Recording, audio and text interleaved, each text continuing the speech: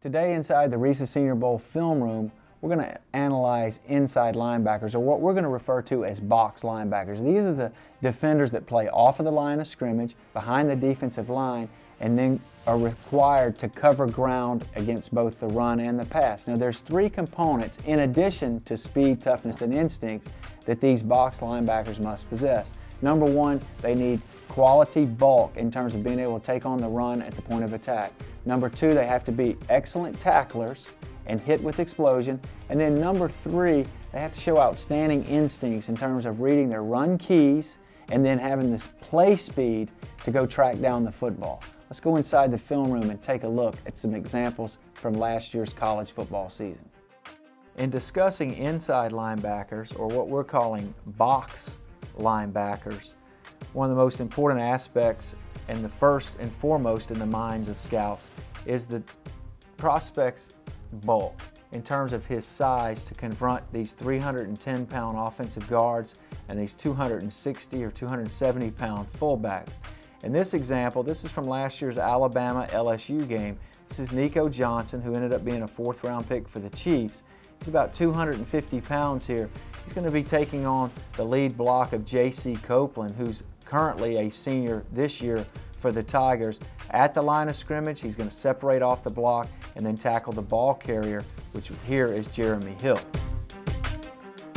Looking at it from the end zone angle, again, this is just a basic lead play, one of the staples of the LSU Tigers over the last few years. And again, it's Nico Johnson's responsibility to take on that fullback, get lower than the lowest, separate with his hands, and then make the tackle.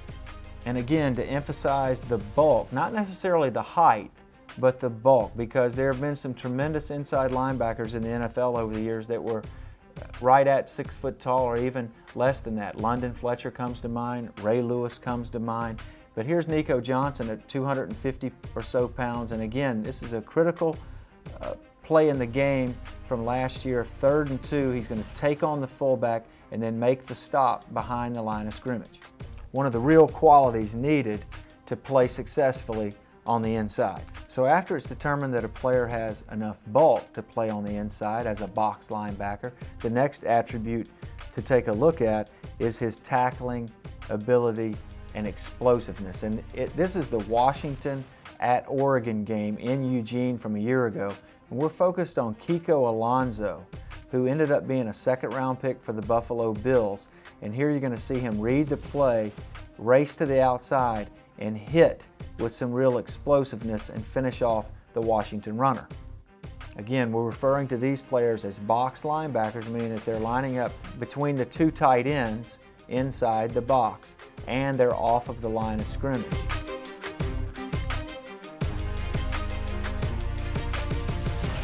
Here's another example of Kiko Alonso as a box linebacker making the adjustment to the formation change with the motion and then recognizing what the play is going to be and going to make a very secure tackle on the Washington Huskies ball carrier.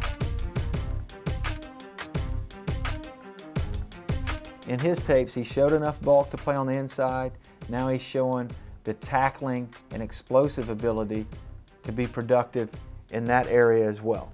But then you also have to address their instincts and the play speed to go chase and track down the football. Again, Kiko Alonso from Oregon is the example here against Washington. This is going to be a play fake and then a throw out to the slot. And watch Alonso as he diagnoses the play and then races outside to make a secure tackle. He was a player that was taken in the 2nd round by the Buffalo Bills because A, he had enough bulk to play on the inside, B, he was a very good tackler and productive in that aspect of his game, and then C, he was very instinctive and he showed the ability to read run pass and the speed to go find the football.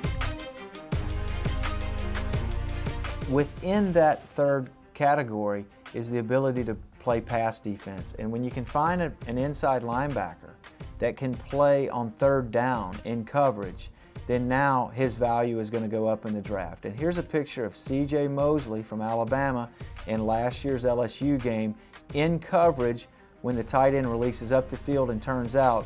Mosley's going to shuffle to him. He's going to make the play, but then he's going to make a solid tackle out in space.